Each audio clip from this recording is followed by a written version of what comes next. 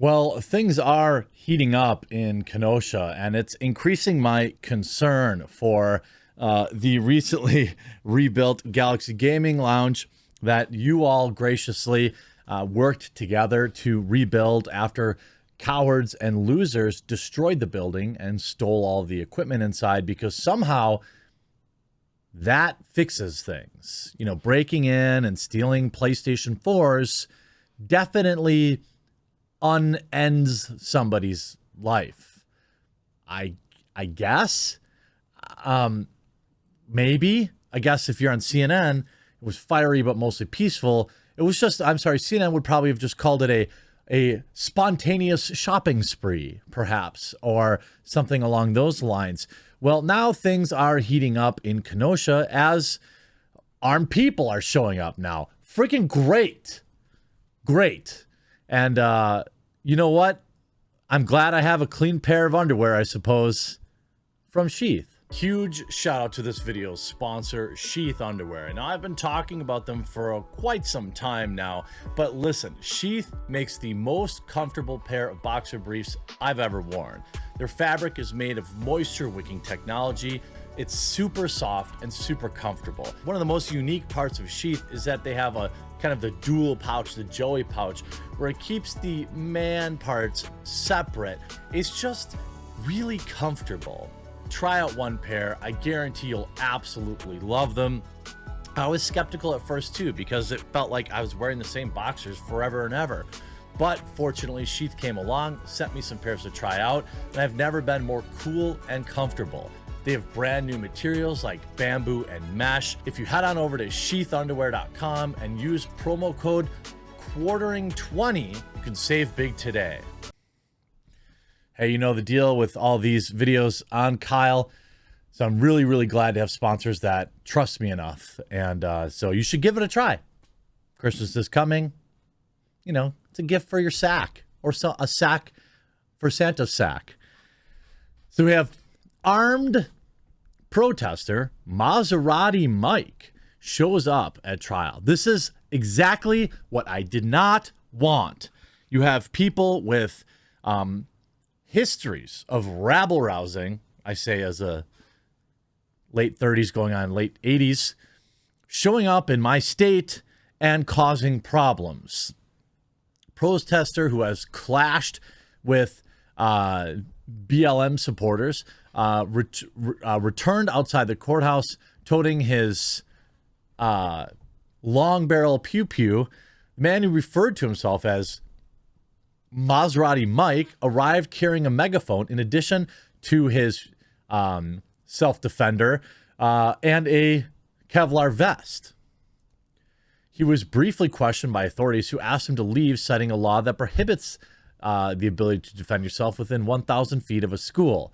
Shortly thereafter, he drove away in his banged-up Maserati, only to return an hour sans self-defender, saying, just provoking. He's just there to provoke. And this is a guy that, to me, is speaking the truth. I don't want out-of-state BLMers there, and I don't want Maserati Mikes there. All right? I want Wisconsin residents a fair distance away from the trial as to not color the jury. I know First Amendment. I know I'm not saying it should be illegal.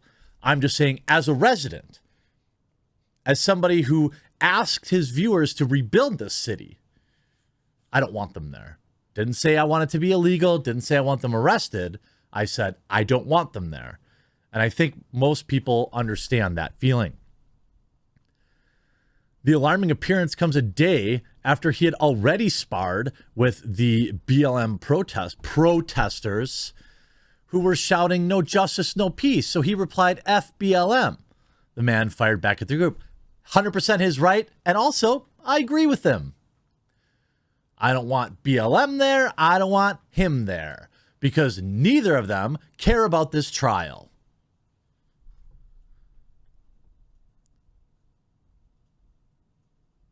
Kenoshans are strong, resilient, and have worked hard to heal and rebuild together over the past year, he wrote on Twitter on Tuesday. Any efforts to sow division and hinder that healing are unwelcome in Kenosha and Wisconsin. Regardless of the outcome of this case, I urge peace in Kenosha and across our state. This is from our limp-wristed governor. No, that's not a fair insult. Our limp governor, we'll say. He writes, please respect Kenosha community and their efforts to come together. I ask for all who choose to assemble and exercise their First Amendment rights in every community that you do so safely and peacefully. But we know this isn't going to happen. How about other people from other states just stay in their own state? Then this wouldn't have happened either. Maybe.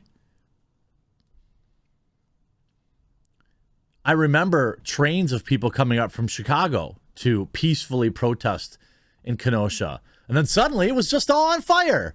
Just a small one, though. You could see here. Things getting chippy already. A Donald Trump supporter. I gotta get his name in here. As if he has literally anything to do with it. Was filmed shoving a black man amid heated protests. You'll see the video in a second. Dozens of protesters gathered outside the Kenosha County Courthouse on Tuesday as a jury was sent out to deliberate on the 5 charges against Kyle. As the day wore on, supporters of the defendant and BLM broke out into opposing chants while one man from the former group used a bullhorn to heckle the latter. The man, who was wearing a hat with a cartoon of Mr. Trump as the Punisher, got into a physical altercation with a BLM supporter. Video recorded by journalist Sergio Olms shows the man saying, "Get your rear back, get your black rear back." Now, you tell me. Now, of course, it is framed as this guy started it, right? Let's take a look at exactly what's happening in this clip. Okay? This guy's, look at it. He's pushing him. So the other guy pushed him first. Now, this is out of context clip warning. Okay, I don't know what happened before this, but we saw how the Independent already reported it, which is why I don't want either one of these people there.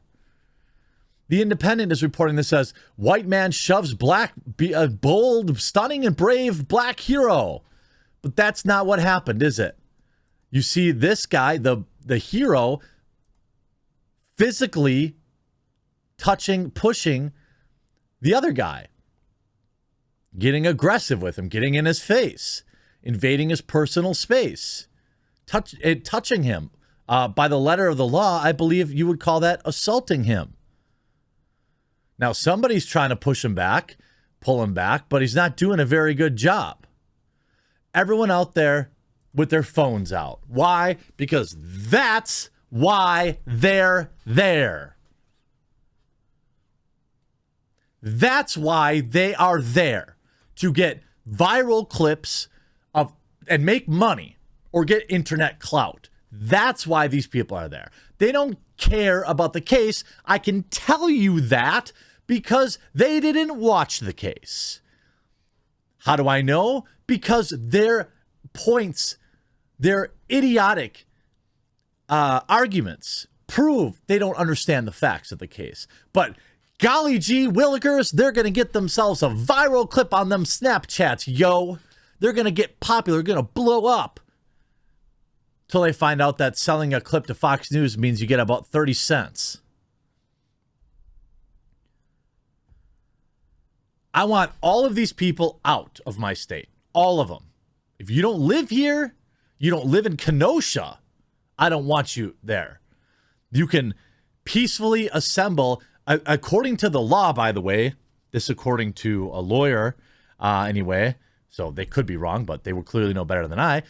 Yes, you have a First Amendment right to free speech, but you do not have a First Amendment right to have your speech influence a jury, which certainly they can hear these people with bullhorns and megaphones outside. Certainly, you can influence a jury by mobbing their vehicles when they're leaving the court at night. These people are not good. These people are not acting in good faith. And therefore, I have no problem with the local PD telling them they can stand about 8,000 feet away from the court. You want to gather in the chilly Wisconsin winter? 8,000 feet away from the court? You are welcome to. And you can peacefully protest all you want from there. By the way, today is unseasonably warm in Wisconsin, so I'm nervous that a verdict today would be we're going to have more rabble-rousers being shipped in from all over the country. I'm praying for Kyle and Kenosha.